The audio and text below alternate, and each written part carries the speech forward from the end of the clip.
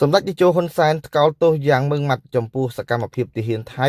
ចូលវាយឆ្មក់ទាហានកម្ពុជានៅចំណុចព្រំដែនមុំបីសម្ដេចតេជោហ៊ុនសែនថ្កោលទោសយ៉ាងម៉ឺងម៉ាត់ចំពោះសកម្មភាពទាហានថៃចូលវាយឆ្មក់ទាហានកម្ពុជានៅចំណុចព្រំដែនមុំបីដោយថាជាការឈ្លានពាននិងបញ្ជាក់ថាមិនចង់ឃើញការប្រយុទ្ធណាមួយកើតឡើងទេប៉ុន្តែសម្ដេចគាំទ្រការសម្រេចរបស់រាជរដ្ឋាភិបាលក្នុងការបញ្ជូនកងទ័ពនិងអាវុធធុនធ្ងន់ទៅកាន់ព្រំដែនកម្ពុជាថៃដើម្បីការពារខ្លួនក្នុងករណីមានការឈ្លានពានបែបនេះបន្តទៀតតាមរយៈបណ្ដាញសង្គមនៅយប់ថ្ងៃទី28ឧសភា2025សម្ដេចតេជោហ៊ុនសែនប្រធានព្រឹទ្ធសភាបានសម្ដែងនៅការសោកស្ដាយនិងចូលរួមមរណទុក្ខជាមួយគ្រួសារសពលោកព្រឹណបាលឯកស៊ូនរ៉ោន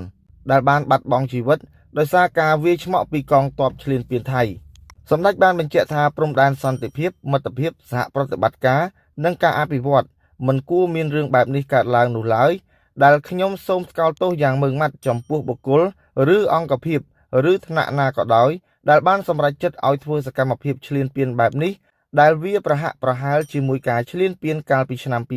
2008ដល់ឆ្នាំ2011នៅប្រាសាទព្រះវិហារសម្ដេចបានបន្តថាខ្ញុំមិនចង់ឃើញការប្រយុទ្ធណាមួយកើតឡើងនោះទេតែខ្ញុំគាំទ្រដល់ការសម្រេចរបស់រាជរដ្ឋាភិបាលក្នុងការបញ្ជូនកងទ័ពនិងអាវុធធុនធ្ងន់ទៅកាន់ព្រំដែនដើម្បីត្រៀមវាយបកការពារខ្លួនក្នុងករណីមានការឈ្លានពានបន្តទៀតខ្ញុំសង្ឃឹមថាការចរចាដែលនឹងត្រូវធ្វើនៅថ្ងៃស្អែករវាងមេបញ្ជាការកងទ័ពជើងគោកនៃប្រទេសទាំងពីរនឹងទទួលបានផលល្អខ្ញុំសង្ឃឹមថានឹងមិនមានភាពតានតឹងទូទាំងបណ្ដោយព្រំដែនរវាងប្រទេសទាំងពីររហូតដល់រាំងស្ទះដល់កិច្ចសហការលើវិស័យផ្សេងទៀត